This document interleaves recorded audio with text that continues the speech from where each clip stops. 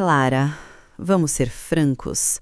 Eu não vou queimar R$ 250.000 num tratamento sem garantia. Isso não é um investimento, é um mau negócio. Na vida e nos negócios, a gente precisa saber quando cortar as perdas. Essas foram as palavras exatas do meu pai. O mau negócio era a vida do meu filho de 7 anos, o Léo. E o preço para cortar as perdas era de R$ 250.000. Meses depois, descobri que eles gastariam R$ 750.000 na festa de casamento de luxo da minha irmã Beatriz, em Trancoso.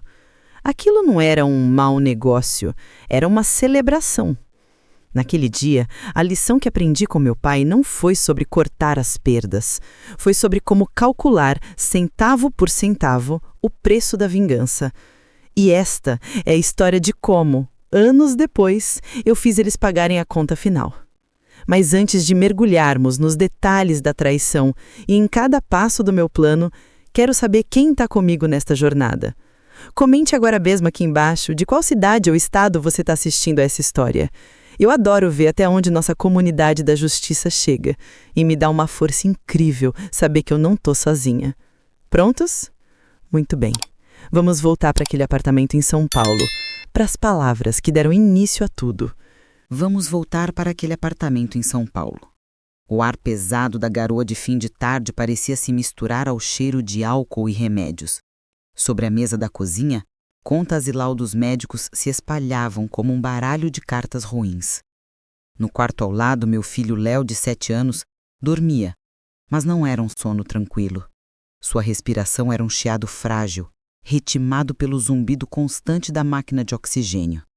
O diagnóstico, uma cardiopatia rara que já não respondia aos tratamentos do SUS. A única esperança, segundo os médicos do INCOR, era um tratamento experimental e caríssimo em uma clínica particular. O preço daquela esperança, R$ 250.000. Meus pais, Ricardo e Isabel, estavam de pé na entrada da minha sala minúscula. Não quiseram se sentar. Com suas roupas de grife e sapatos importados, eles pareciam pertencer a um planeta diferente do meu. Um planeta sem poeira, sem boletos vencidos e sem o medo constante da morte. Eles moravam nos Jardins. Eu, na Vila Maria. Eram mundos separados por um abismo social que naquela tarde pareceu maior do que nunca. Eles vieram porque eu implorei, depois de receber o ultimato do cardiologista. Sem o tratamento, Léo teria no máximo 6 meses. Eu sei que é muito dinheiro, comecei, a voz trêmula, apesar de tentar soar firme. Eu não estou pedindo uma doação, é um empréstimo. Eu assino qualquer coisa, uma nota promissória, o que for. Eu arrumo outro emprego, faço faxina à noite e eu juro que devolvo cada centavo. Minha mãe, Isabel, suspirou, um som impaciente que ela aperfeiçoou ao longo dos anos. Ah, Clara, você precisa ser mais realista. Já fizemos tanto por você, pagamos aquelas cirurgias no começo. Não podemos simplesmente torrar nossas economias. Temos que pensar no nosso futuro. Eu não estou pedindo as economias de vocês. Estou pedindo uma fração dos seus investimentos. Uma chance para o meu filho, o neto de vocês, viver. Retruquei, o desespero começando a corroer minha calma. Foi quando meu pai, Ricardo, que até então me observava com os braços cruzados e uma expressão indecifrável, deu um passo à frente. Seu olhar era frio, analítico. Era o mesmo olhar que ele usava para avaliar um imóvel ou uma ação na bolsa. Ele não estava olhando para a filha dele desesperada. Ele estava olhando para um problema, um item de custo numa planilha. E então ele disse as palavras que se tornariam a fundação do meu ódio e da minha vingança. Clara, vamos ser francos, disse ele, a voz sem qualquer traço de emoção. Eu não vou queimar R$ 250.000 num tratamento sem garantia. Isso não é um investimento, é um mau negócio. Na vida e nos negócios, a gente precisa saber quando cortar as perdas. O mau negócio, a perda a ser cortada, era o meu filho. O ar sumiu dos meus pulmões, o zumbido da máquina de oxigênio de Léo, que era um ruído de fundo, de repente, pareceu ensurdecedor. Olhei para eles, para o meu pai com seu relógio de luxo, para minha mãe com sua bolsa de grife, e pela primeira vez eu os vi de verdade. 2 estranhos calculistas com quem eu compartilhava um passado, mas nenhum futuro. Eles foram embora logo depois, visivelmente aliviados por escapar da atmosfera pesada do meu apartamento. Fiquei parada na janela, vendo o carro importado deles desaparecer na rua, levando embora a última gota da minha esperança. Naquela noite, sentei-me ao lado da cama de Léo, segurando sua mãozinha quando ele dormia, e eu soube com uma certeza que doía na alma que estávamos sozinhos, completamente sozinhos, e que para salvá-lo, a família não era uma opção. Eu teria que lutar, e se eu fosse lutar, teria que ser sem piedade. As semanas que se seguiram à visita dos meus pais foram um mergulho acelerado na burocracia e no desespero. Tentei de tudo. Entrei como liminar na justiça para obrigar o plano de saúde a cobrir o tratamento, um processo lento e desgastante. Criei uma vaquinha online expondo minha alma e a história do Léo em troca de doações. Amigos e colegas de trabalho foram incríveis, mas a verdade é que, depois de 2 semanas de compartilhamentos incessantes, eu havia arrecadado pouco mais de R$ 15.000. Era um grão de areia. Vendi as poucas joias que tinha, incluindo uma pulseira que fora da minha avó, minha única herança de valor. Consegui R$ 2.000. Cada centavo era uma pequena vitória, que vinha com um gosto amargo do sacrifício. Enquanto isso, a saúde de Léo se deteriorava. O cardiologista me avisou, com o olhar cansado de quem dá más notícias todos os dias, que o tempo estava correndo mais rápido do que esperávamos. A janela para o tratamento experimental estava se fechando. O pânico era uma presença constante, um nó na minha garganta que me impedia de respirar direito. Foi no meio desse caos, numa tarde cinzenta de uma terça-feira paulistana, que meu telefone tocou. Era minha irmã, Beatriz. A voz dela do outro lado da linha era a antítese da minha realidade, borbulhante, eufórica, vinda de um mundo sem preocupações. "Clara, você não vai acreditar na novidade!" Ela exclamou, sem nem perguntar como eu estava, como o Léo estava. "O Rodrigo me pediu em casamento. Nós vamos nos casar!" Tentei forçar um pingo de entusiasmo, mas minha voz saiu oca. "Parabéns, Bia. Que ótimo!" "Ótimo! É perfeito! E a melhor parte é que o papai e a mamãe estão sendo uns fofos. Eles vão pagar por tudo, tudo! Disseram que a gente pode ter o casamento dos sonhos, sem limite de orçamento. Sem limite, Clara, você tem noção?" Minha mão se apertou ao redor do telefone. Os papéis da liminar na minha mesa pareceram zombar de mim. Ao fundo, o chiado da máquina de oxigênio do Léo era a trilha sonora da minha vida. "Sem limite?" repeti, a palavra arranhando a minha garganta. "Nenhum! O papai disse que é o dia da princesa dele e que nada é bom demais." Continuou ela, completamente absorta em sua própria felicidade. "A gente está pensando em fazer um destination wedding, sabe? Em Trancoso, na Bahia. Imagina, que sonho! A assessora de casamentos já nos deu uma prévia do orçamento. Uns R$ 750.000, só para começar." 750 mil. 750 mil reais. Exatamente 3 vezes a quantia que poderia salvar a vida do meu filho. O número ecoou na minha cabeça como um tiro. Não era que eles não tivessem o dinheiro. Era que o dinheiro deles já tinha um destino. E o destino não era o Léo. Não era eu. Fiquei em silêncio, ouvindo minha irmã divagar sobre cerimônias na praia, sobre qual chefe famoso contratar para o buffet, sobre os vestidos das madrinhas. Enquanto ela falava, algo frio e duro se formou no meu peito. Não era tristeza, não era raiva. Era uma compreensão, uma clareza, terrível e cristalina. A venda que eu usei nos olhos por toda a vida, a esperança ingênua de que, no fundo, eles se importavam, se desfez em pó. Para eles, a vida do meu filho era um mau negócio de R$ 250.000, mas a festa da outra filha era um investimento de R$ 750.000. Naquele momento, ouvindo minha irmã planejar seu conto de fada sobre o possível túmulo do meu filho, eu soube que a minha família não tinha apenas me abandonado. Ela me havia sentenciado. E essa sentença exigia uma resposta. Os meses que se seguiram foram uma descida a um inferno particular. Minha vida se tornou um ciclo nebuloso de idas e vindas ao hospital. Noites em claro e um desespero financeiro que me sufocava. Zerei o limite dos meus cartões de crédito, peguei empréstimos consignados com juros abusivos e vendi cada objeto de valor que eu tinha. O anel que minha avó me deixou, a única joia que eu guardava, foi para uma loja de penhores por R$ 800. Troquei meu carro popular por um modelo de 15 anos que mal dava a partida.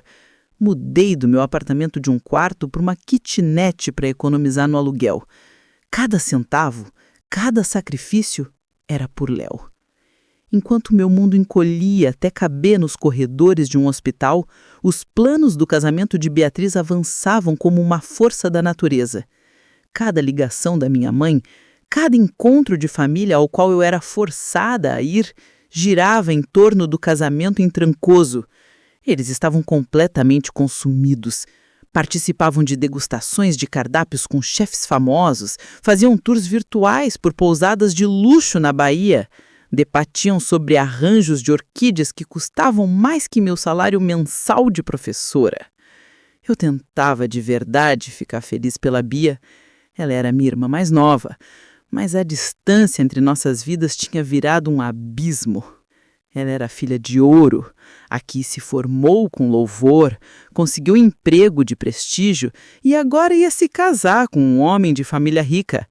Eu era a ovelha negra, a que escolheu uma carreira instável, a que teve um filho com um homem que nos abandonou, a que não conseguia nem manter o próprio filho vivo.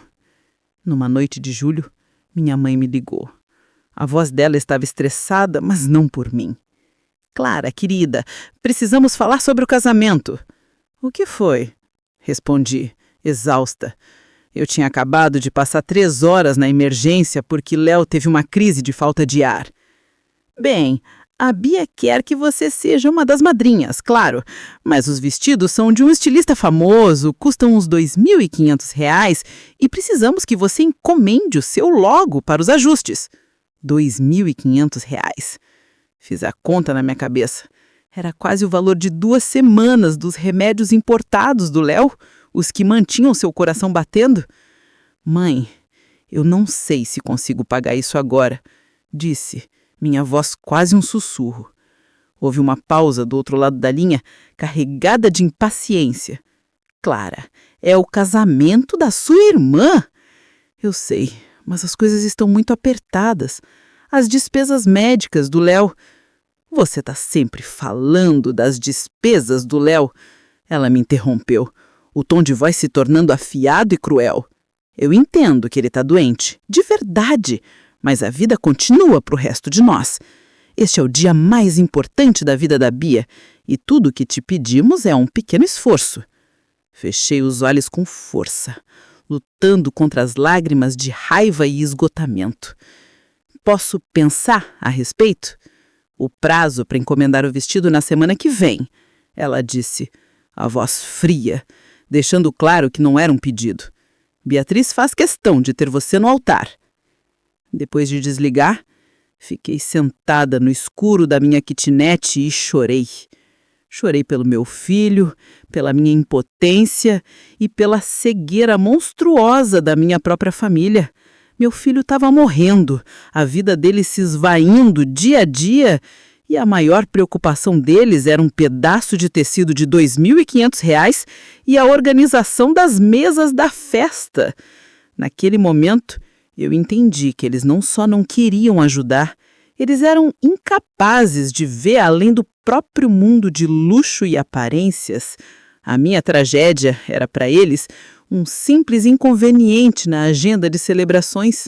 Meus esforços, minhas noites em claro, minhas súplicas silenciosas, tudo foi em vão. A janela para o tratamento experimental se fechou com a mesma frieza com que meu pai havia proferido sua sentença. O dinheiro que eu conseguira juntar com tanto sacrifício, vendendo pedaços do meu passado e do meu futuro, já não servia para salvar Léo. A conversa com o Dr. Almeida foi a mais difícil da minha vida.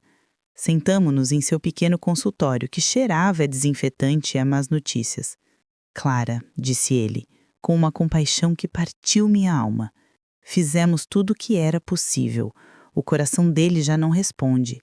Nesta fase, nosso objetivo precisa mudar. Eu sabia o que vinha, mas me recusei a aceitar. Não, doutor, tem que haver algo mais, supliquei. Outro tratamento, em outro país. Qualquer coisa, eu dou um jeito. Ele balançou a cabeça lentamente, seus olhos cheios de uma tristeza profissional. Agora, o mais importante é a qualidade de vida do Léo. Vamos nos concentrar em cuidados paliativos, em garantir que ele não sinta dor, que esteja confortável. A palavra paliativos ecoou na sala como um sino fúnebre. O objetivo não era mais salvar meu filho, era me preparar para o fim dele.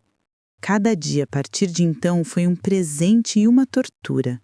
Eu via como meu filho, meu pequeno astronauta curioso, se desvanecia um pouco mais.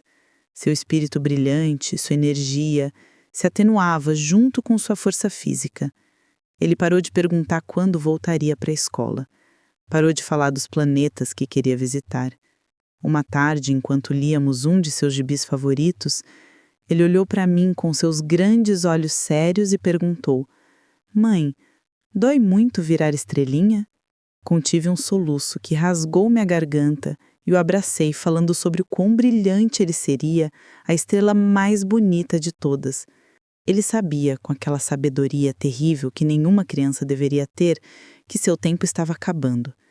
Tirei uma licença não remunerada do trabalho para estar com ele a cada segundo. Minha situação financeira, já precária, tornou-se catastrófica. Enquanto isso, o universo paralelo da minha família girava em torno do casamento. Minha mãe me ligava não para perguntar pela saúde de Léo, mas para reclamar de crises absurdas. Clara, é um desastre, disse ela uma tarde com pânico na voz, enquanto eu segurava a mão de Léo.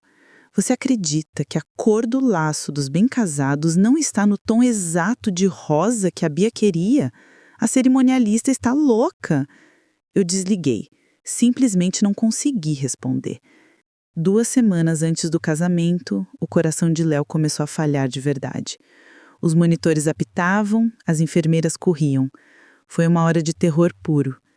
Eles o estabilizaram, mas o Dr. Almeida me chamou de lado depois, seu rosto grave. Clara, são dias, talvez uma semana, não mais. Acho que você deveria chamar a família, quem queira se despedir. Com as mãos trêmulas, liguei para o meu pai. A voz dele soava distraída, com música alta no fundo. Clara, tô no meio da prova do terno. Tem muito barulho. Pode esperar? O Léo está morrendo, disse eu à voz oca. O médico disse que ele tem dias, no máximo. Houve uma pausa. Nossa, puxa vida, Clara, eu sinto muito. Você precisa que a gente vá aí? A pergunta me atingiu como um soco. Se eu precisava que eles fossem aí. O neto deles estava morrendo. Acho que o Léo gostaria de ver vocês, respondi. Eles vieram no dia seguinte. Ficaram exatamente 15 minutos. Chegaram com sacolas de compras de uma loja de grife. Léo mal estava consciente. Minha mãe chorou um pouco, lágrimas de crocodilo que ela secou com um lenço de seda, tomando cuidado para não borrar a maquiagem. Meu pai olhou o relógio 2 vezes antes de dizer: Filha, precisamos ir. Temos uma chamada de vídeo com a cerimonialista de Trancoso às 11. É para definir os detalhes das flores. É muito importante que fique perfeito. Não há tempo para erros. Ele disse isso. Não há tempo para erros. Num quarto onde o maior erro de todos, o erro de trocar uma vida por uma festa, estava prestes a se consumar. Eles foram embora, deixando para trás o cheiro de perfume caro e promessas vazias de que voltariam. Nunca voltaram. Beatriz também não veio. Me mandou uma mensagem no WhatsApp. Clarinha, sei que a coisa tá difícil aí, mas tô surtando aqui. O DJ que eu queria tocou no casamento da fulana. Agora parece que eu tô copiando. Vê se pode. Impossível ir aí hoje. 1000 coisas para resolver. Força aí. BGS. Um desastre. O DJ. A morte do sobrinho dela? Um inconveniente. Léo faleceu numa terça-feira de manhã. 3 dias antes do casamento de Beatriz. Ele partiu em silêncio enquanto dormia, com sua pequena mão na minha. O som suave da máquina de oxigênio cessou e o silêncio que preencheu o quarto foi o som mais alto que já ouvi. A enfermeira que constatou o óbito me abraçou e chorou comigo. Chorou mais do que a minha mãe quando liguei para dar a notícia. Após um silêncio chocado do outro lado da linha, as primeiras palavras da minha mãe não foram de consolo, nem de dor pelo neto. Foram: "Ah, não, Clara, não. Que péssima hora." "Péssima hora", repeti incrédula, sentindo o gelo começar a se formar ao redor do meu coração. "O funeral", disse ela num sussurro de pânico. "Vai ter que ser na sexta, né? Mas na sexta à tarde, ao ensaio geral do casamento e o jantar com os padrinhos. Meu Deus, que timing horrível!" Timing horrível. O funeral do meu filho, do neto dela, era um inconveniente logístico para a festa deles. Foi nesse exato instante, com o telefone colado na orelha e o eco das palavras dela na minha cabeça, que algo fundamental mudou dentro de mim. O luto era um oceano, avassalador e absoluto. Mas sob sua superfície senti nascer algo mais. Algo frio, duro e paciente. Uma certeza de aço. Eles haviam feito sua escolha final. Haviam escolhido um vestido de noiva em vez de uma vida. Tudo o que veio depois foi apenas a consequência. Agora, era minha vez de começar a fazer as minhas escolhas. E elas não incluiriam misericórdia. A dor após a morte de Léo não foi uma onda, foi um afogamento. Um oceano negro e silencioso que me engoliu por completo. Eu me movia pelo meu apartamento como um fantasma, realizando as tarefas necessárias por pura inércia. Ligar para a funerária, escolher um caixão pequeno demais, assinar papéis que nenhuma mãe deveria ter que assinar. Eu estava sozinha, e a verdadeira profundidade do meu abandono ainda estava para ser revelada. Veio na forma de um telefonema na quarta-feira à noite, 2 dias antes do funeral, que marquei para a sexta. Era minha mãe. A voz dela, em vez do tom sombrio que se esperaria de uma avó em luto, soava tensa e irritantemente prática. "Clara, querida, precisamos conversar sobre os arranjos do funeral", disse ela. Eu estava sentada no chão do quarto de Léo, abraçada ao seu dinossauro de pelúcia favorito, o cheiro dele ainda impregnado no tecido. "O que tem eles?" perguntei, a voz vazia. Ela hesitou e eu pude ouvi-la respirar fundo, como quem se prepara para uma negociação difícil. "Bem, veja bem, sexta-feira é um dia realmente complicado para todos nós. A família do noivo chega de viagem nesse dia, e à tarde temos o ensaio da cerimônia na igreja, e logo depois é o jantar de ensaio formal com os padrinhos. Está tudo programado. Os depósitos pagos, não tem como mudar." Ela parou, esperando que eu preenchesse o silêncio com uma solução. Como eu não disse nada, ela continuou, a voz agora tingida de súplica. "Estávamos pensando se seria possível adiantar o funeral para amanhã, quinta-feira, ou talvez deixar para a semana que vem. Seria muito mais conveniente e respeitoso com os convidados que vêm de longe, entende?" Eu não conseguia processar a monstruosidade do que estava ouvindo. "Você quer que eu mude o enterro do meu filho de 7 anos porque ele não se encaixa na sua agenda de festas?" Perguntei, minha voz tão desprovida de emoção que me assustou. "Não seja dramática, Clara", disparou, o tom agora defensivo e agudo. "Você está fazendo parecer pior do que é. Estamos tentando apoiar você e a Beatriz. Sua irmã está sob um estresse enorme. É a semana mais importante da vida dela. Ela não precisa deste drama adicional. Só estamos pedindo um pouco de flexibilidade." A palavra flexibilidade me quebrou. A flexibilidade de profanar o luto do meu próprio filho pela conveniência da festa deles. "Não", disse e desliguei. Não confiava em mim mesma para não gritar até minhas cordas vocais se romperem. O funeral foi na sexta. Eu o organizei sozinha, pagando com o dinheiro que peguei emprestado da diretora da minha escola. Uma mulher que nos últimos anos demonstrou mais compaixão maternal do que a minha própria mãe. Foi uma cerimônia pequena, íntima e dolorosa no cemitério da Consolação. Compareceram umas 20 pessoas. Minha tia, Teresa, que dirigiu de outra cidade para estar lá, alguns professores da minha escola e os pais dos melhores amigos de Léo, que choravam silenciosamente segurando as mãos de seus filhos saudáveis. Meus pais chegaram com 45 minutos de atraso. O choque foi visual. Eles não vestiam luto. Meu pai usava um blazer azul claro e minha mãe um vestido estampado de cores vivas. Eram roupas de coquetel, roupas para encontrar a família do noivo no aeroporto. Eles se sentaram no fundo, incomodados, trocando sussurros. Ficaram durante a cerimônia, mas se foram imediatamente depois, pulando a pequena recepção que eu havia organizado no meu apartamento.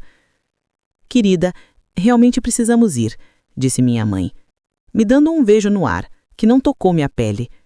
O trânsito para Guarulhos é terrível e a família do Rodrigo já desembarcou. A Bia está tendo uma crise com a disposição dos assentos, mas foi uma cerimônia adorável, Clara, de muito bom gosto. De muito bom gosto. O funeral do meu filho foi de muito bom gosto. Eu os vi sair, os vi entrar no seu carro importado e se afastar em direção aos seus compromissos importantes, suas emergências críticas sobre a caligrafia dos cartões de lugar, e senti algo dentro de mim se transformar em pedra. O luto ainda estava lá, esmagador e absoluto, mas agora estava contido, trancado atrás de um muro de uma clareza gelada e afiada.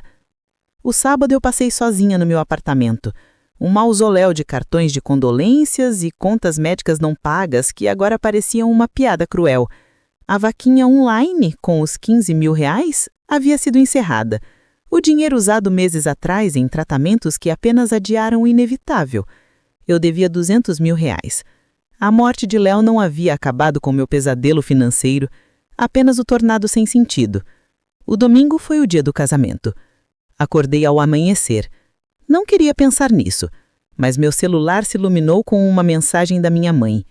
Uma selfie dela e de Beatriz, ambas sorrindo radiantes em quarto de hotel de luxo em Trancoso.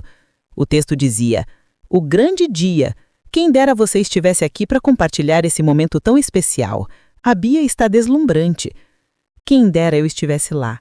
Como se minha ausência fosse uma escolha, um simples conflito de agenda, e não porque eu havia enterrado meu filho 48 horas antes.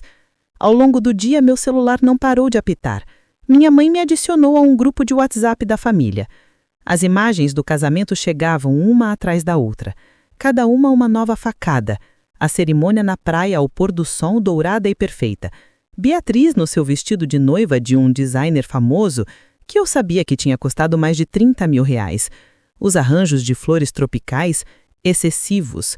O bolo de 5 andares, a torre de champanhe, o DJ famoso tocando em uma pista de dança sobre areia, 750 mil reais de celebração enquanto o corpo do meu filho jazia em um túmulo para o qual eu nem sequer podia pagar uma lápide decente ainda. Olhei as fotos com um estranho distanciamento, como uma cientista observando uma espécie alienígena. Todos pareciam tão afelizes. Meu pai, no seu smoking, sorrindo com orgulho. Minha mãe elegante, com um vestido que provavelmente custou 10 mil reais. Beatriz e seu novo marido, os faces brilhando de alegria. Parentes distantes para os quais eu havia ligado implorando por ajuda, agora vestidos de gala, bebendo um champanhe cuja barcota custava mais do que eles doaram para a vaquinha de Léo. Uma foto em particular me capturou. Meus pais dançando, a cabeça da minha mãe jogada para trás em uma gargalhada. A legenda que uma prima tinha postado dizia: "O melhor dia da vida deles. Que bênção!" Desliguei o celular e caminhei até o banheiro. Olhei-me no espelho. Eu havia perdido 7 quilos no último mês. Meus olhos estavam fundos, cercados de oradeiras escuras. Eu parecia 10 anos mais velha. Eu parecia alguém que assistiu ao filho morrer enquanto a família dava uma festa. Naquela noite, sozinha na minha kitnet, com o eco da música e das risadas deles ressoando na minha cabeça, fiz uma promessa a mim mesma. Isso não havia terminado. Eles pensavam que podiam descartar a vida de Léo, me descartar e seguir em frente com suas celebrações sem consequências. Pensavam que seu dinheiro e seu status social poderiam isolá-los da responsabilidade. Eles estavam errados. Eu ainda não sabia como nem quando, mas eu me certificaria de que eles entendessem o que haviam feito. Eu me certificaria de que sentissem, nem que fosse uma fração, da dor que me causaram. Não era vingança, era justiça. Um reequilíbrio da balança. Peguei um caderno novo e uma caneta. Na primeira página escrevi a data e o título. O livro de contas do Léo. E comecei a escrever. Cada conversa, cada recusa, cada desculpa. A ligação da minha mãe pedindo para mudar o funeral, o custo do vestido de madrinha, a visita de 15 minutos no hospital, a mensagem de texto de Beatriz sobre a crise do DJ. Anotei toda a despesa do casamento que minha mãe havia mencionado. Anotei quem esteve no funeral e quem não esteve. Eu não tinha certeza do que faria com essa informação, mas sabia que precisava dela. Era a evidência, a prova, o registro de tudo que haviam tirado de Léo, de tudo que haviam tirado de mim. Era o começo de um plano frio e calculado. A vida continuou, porque é isso que a vida faz. Declarei falência, um ato que, ironicamente, meu pai teria chamado de uma decisão de negócios inteligente. As dívidas médicas, que eram um monumento ao meu amor por Léo, foram apagadas, mas meu nome ficou sujo por anos. Mudei-me para uma kitnet ainda menor em um bairro pior. Dava aulas particulares à noite, nas férias, para sobreviver. Eu existia, mas não vivia. O luto era um companheiro constante, mas sob a camada espessa de dor, o plano que comecei a escrever naquela noite se tornou minha única razão para levantar da cama pela manhã. O livro de contas do Léo era meu evangelho secreto. Fui paciente. Por 4 longos anos observei a distância, seguindo suas vidas perfeitas através das redes sociais que eles não perceberam que eu ainda podia ver. Documentei tudo no livro. Cada viagem a Trancoso que publicavam, a compra de um novo carro importado pelo meu pai, o nascimento da primeira filha de Beatriz, Sofia. Vi o comentário de uma prima distante na foto da minha mãe com a bebê. Sua primeira neta, que emoção! E a resposta da minha mãe, fria e definitiva. Sim, estamos nas nuvens.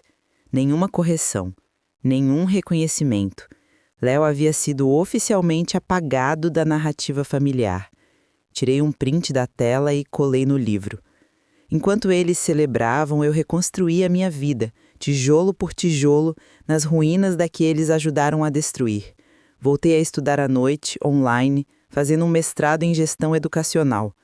Fui promovida a coordenadora, depois a diretora de uma escola particular na Zona Norte. Meu salário aumentou. Comecei a economizar cada centavo extra em uma conta separada, uma conta que nunca tocava. Era meu fundo de guerra. O poder, como minha família me ensinara da forma mais cruel, exigia capital. Eu me tornei uma estrategista, fria e metódica. E então, 4 anos após a morte de Léo, o universo, ou talvez o karma, moveu uma peça no tabuleiro. Recebi um e-mail da minha tia Teresa, a única que me ligava de vez em quando para saber se eu estava viva. O assunto dizia, assunto familiar importante. Meu pai havia perdido o emprego. A empresa de investimentos, onde ele era um executivo sênior, havia sido exposta em um escândalo de fraude massiva. E ele, que tinha toda a sua aposentadoria e economias investidas em ações da empresa, havia perdido tudo. Estavam prestes a perder o apartamento de luxo nos Jardins. Seu pai é orgulhoso demais para pedir ajuda, escreveu minha tia, mas eles estão desesperados. Sentei-me em frente ao meu computador, lendo as notícias nos portais financeiros que confirmavam a história. Não senti alegria, não senti satisfação, senti reconhecimento. A balança, que estivera tão desequilibrada, finalmente começava a se mover. Uma semana depois, as ligações começaram. Primeiro minha mãe, depois meu pai. Não atendi. Então, numa noite chuvosa de maio, tocaram minha campainha. Olhei pelo olho de mágico e vi meu pai. Ele parecia ter envelhecido 20 anos, mais grisalho, mais magro, diminuído.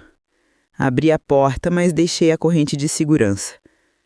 Clara, disse ele, a voz embargada, precisamos conversar. Sobre o quê? Respondi, a voz fria. Precisamos de ajuda, confessou ele, o orgulho feito em frangalhos. O apartamento, o banco, sua mãe não está bem. Ajuda? Repeti, saboreando a palavra como se fosse um vinho raro. Lembro-me de ter estado desesperado uma vez. Ele se encolheu.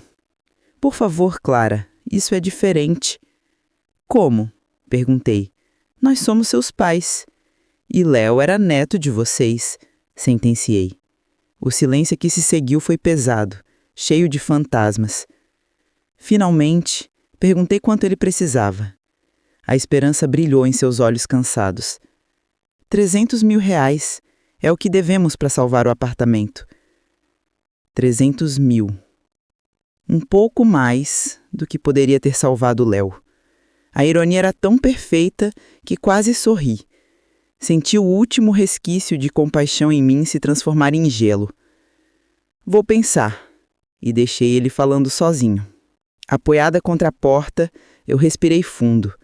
A oportunidade que eu esperei por 4 anos acabava de chamar à minha porta. Deixei-os esperar por 2 semanas. 2 semanas de ligações não atendidas, de mensagens de Beatriz falando de perdão e os bons tempos. Enquanto isso, investiguei.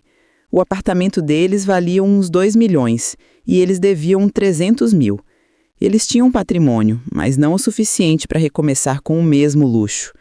Teriam que aprender a viver com humildade, mas sobreviveriam. Essa era a diferença. No 15º dia, liguei para o meu pai e disse que queria me encontrar com eles todos no meu apartamento no sábado.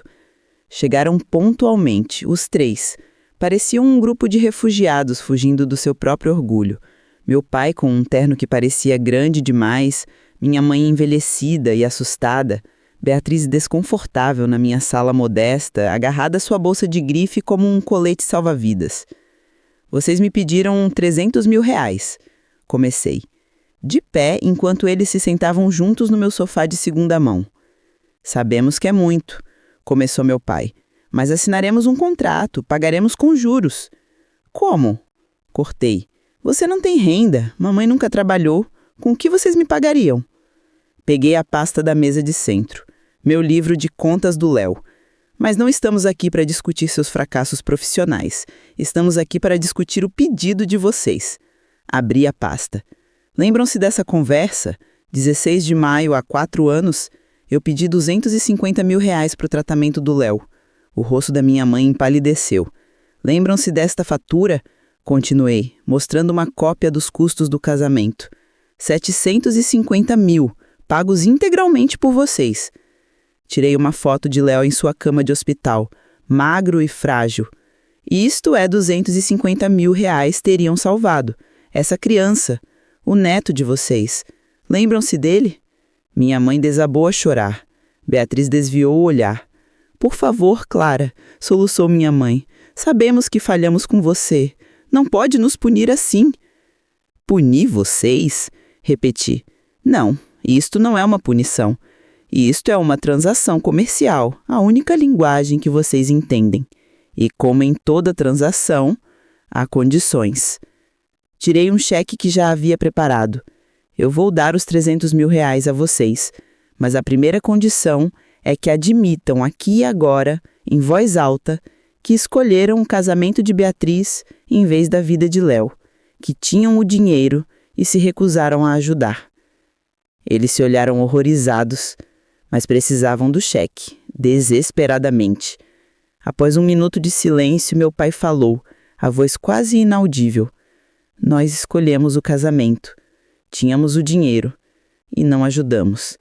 Fiz minha mãe e Beatriz repetirem também, cada palavra uma confissão forçada que quebrava o pouco de dignidade que lhes restava. Ótimo, disse. Segunda condição. Vocês pegam este dinheiro, salvam o apartamento de vocês e nunca mais entrem em contato comigo. Nunca mais. Me apaguem das suas vidas, assim como apagaram o Léo das suas memórias. Você não pode estar falando sério, disse minha mãe. Somos família. Não, corrigia. A família aparece, a família se sacrifica. A família não deixa uma criança morrer enquanto planeja uma festa. Meu pai pegou o cheque com as mãos trêmulas e eles assinaram um acordo de não contato sem quer ler. Abri a porta. Podem ir. Saíram em silêncio, derrotados. Mas eu não havia terminado. Naquela mesma tarde, redagi um e-mail para minha tia Teresa. Anexei um único arquivo PDF. O livro de contas do Léo. Cada conversa, Cada recusa, cada despesa do casamento, cada conta de hospital, a foto de Léo, os prints de Facebook, tudo. Tia, escrevi, achei que a família deveria saber a verdade. Por favor, compartilhe com quem você achar que deva ver. Apertei em enviar. A verdade se espalharia como um incêndio. O cheque salvaria o apartamento deles, mas a verdade destruiria a sua reputação, a sua imagem, a única coisa que sempre lhes importou. Nos meses seguintes, ouvi o que aconteceu. Eles foram socialmente isolados. Os amigos pararam de ligar, foram convidados a se retirar do clube. A igreja se tornou um lugar de sussurros. Mantiveram um apartamento, mas ele se tornou uma prisão dourada. Um monumento às suas escolhas. Meu pai conseguiu um emprego de consultor mal pago. Minha mãe desenvolveu ansiedade. Beatriz e seu marido mudaram para outra cidade para escapar do escândalo. Quanto a mim, continuei construindo minha vida. Fiz amigos de verdade. Viajei para lugares que Léo adoraria, espalhando suas cinzas nos mares mais azuis e nas montanhas mais altas. Os 300 mil reais valeram a pena. Não porque eles merecessem ajuda, mas porque me compraram a minha liberdade. Alguns dirão que fui cruel, mas essas pessoas nunca viram seu filho morrer enquanto a família escolhia as flores para uma festa. Eles me ensinaram que o amor era condicional e que algumas vidas valiam mais que outras. Eu simplesmente devolvi-lhes a lição, embrolada num cheque que não podiam recusar e uma verdade da qual não podiam escapar. A história da Clara nos mostra que a dor mais profunda pode se transformar na maior das forças. Ela transformou seu luto em um plano e sua perda em um legado. Agora eu pergunto a você, que lição você tira da incrível resiliência dela? Compartilhe sua reflexão nos comentários. Se a força da Clara te inspirou, deixe o seu curtir para honrar sua jornada e a memória de Léo. E, para não perder nenhuma história de superação onde a justiça prevalece, inscreva-se no canal. A sua força nos torna mais fortes.